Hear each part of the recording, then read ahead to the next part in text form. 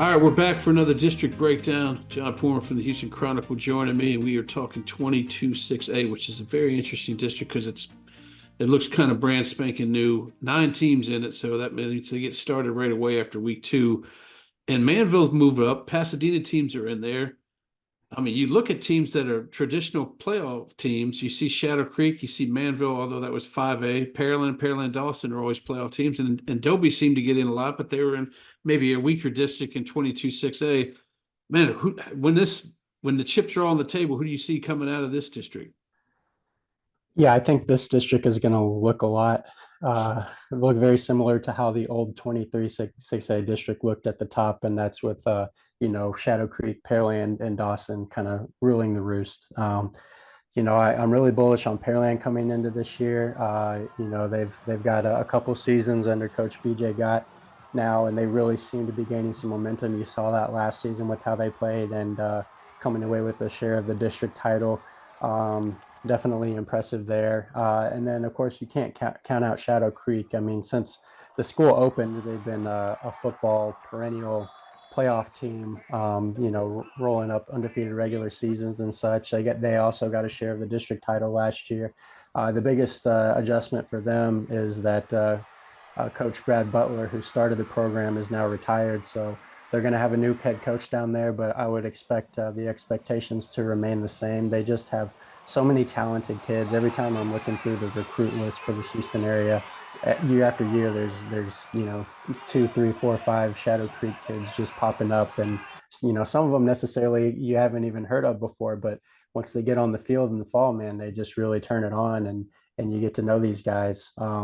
Manville is certainly an interesting addition. As you mentioned, they're moving up from Class 5A, so that's going to be a challenge for sure. But Kirk Martin, who came back to the program after a hiatus, he's been through these kinds of battles before in tough districts, and he knows what to expect.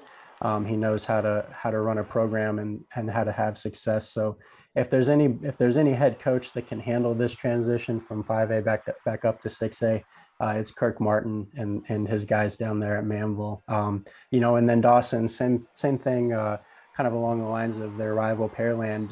That this is a program that has really thrived on their defense in recent years. They've been really tough.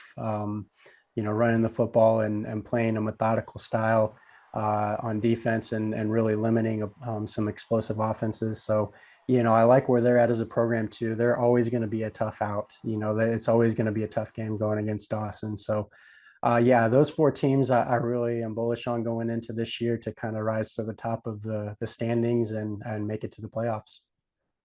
Yeah, I'm always interested in Shadow Creek because since they won that state title in 5A, they've done well and gotten the playoffs in 6A. They haven't really made a push in the postseason when it comes to playoffs, and that's probably has to do with the. I mean, they're a Division 2 team, but some of the teams that they go up against, it's difficult to get a push going there. But you're right. You look up and down and you see the players, and they always have the word athlete next to them. They don't have a defined position, and it makes you nervous if you're an opposing coach, I'm sure.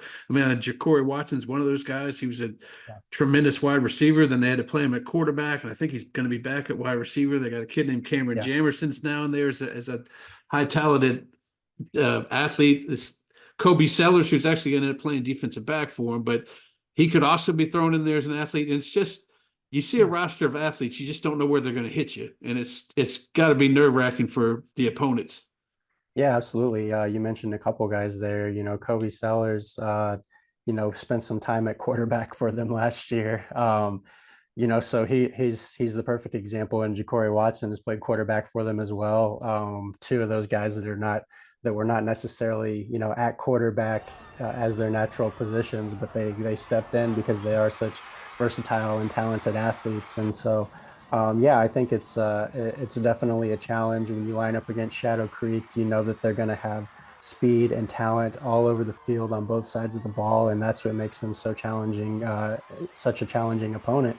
Especially in district play, and as you mentioned, the playoff success, that they've I think that they've strived for hasn't quite been there, but it's tough again when you get into the 6A playoffs, whether it's Division 1 or Division 2. I mean, these are two of the toughest playoff brackets in the entire Yeah. country when you're playing a Shadow Summer Creek in the second round or something, Yeah. or somebody like that. It's really tough to advance and keep the season going. So definitely not an indictment on the Shadow Creek program. They've been excellent, and so it'll be interesting to see though, can they push a little bit further in the playoffs this year? Yeah, and I guess I'm obviously in agreement with you with Shadow Creek and the two Pearland schools. Manville may have a little difficulty moving up, and if there's somebody that can take them out of the Pasadena teams, you'd only pick really kind of Dobie, just because Dobie plays that wing T type offense, and it's something that you don't see. Maybe they sneak some wins out there. Who else do you think may, if it's not Dobie, that may be able to push Manville for that fourth spot?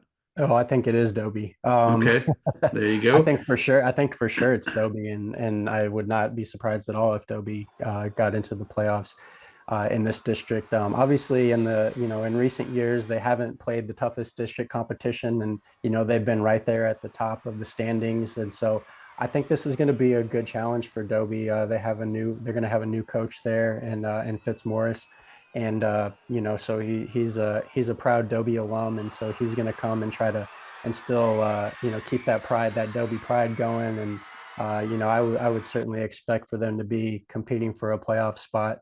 I think it'll be a little bit more challenging this time around with the district that they're in and the competition they're facing, but Dobie is not going away.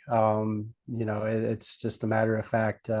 When it comes to Pasadena ISD football, they are the man in charge, and have been for some time. So yeah, I mean, I fully expect Dobie to be in the mix as well. Excellent, excellent. Well, we'll see how that pans out come August. John, I appreciate you joining us. We got the Big Daddy next week. It's 23-6A, which is the old 21-6A, and so we'll have some serious state contenders to talk about next week. Absolutely.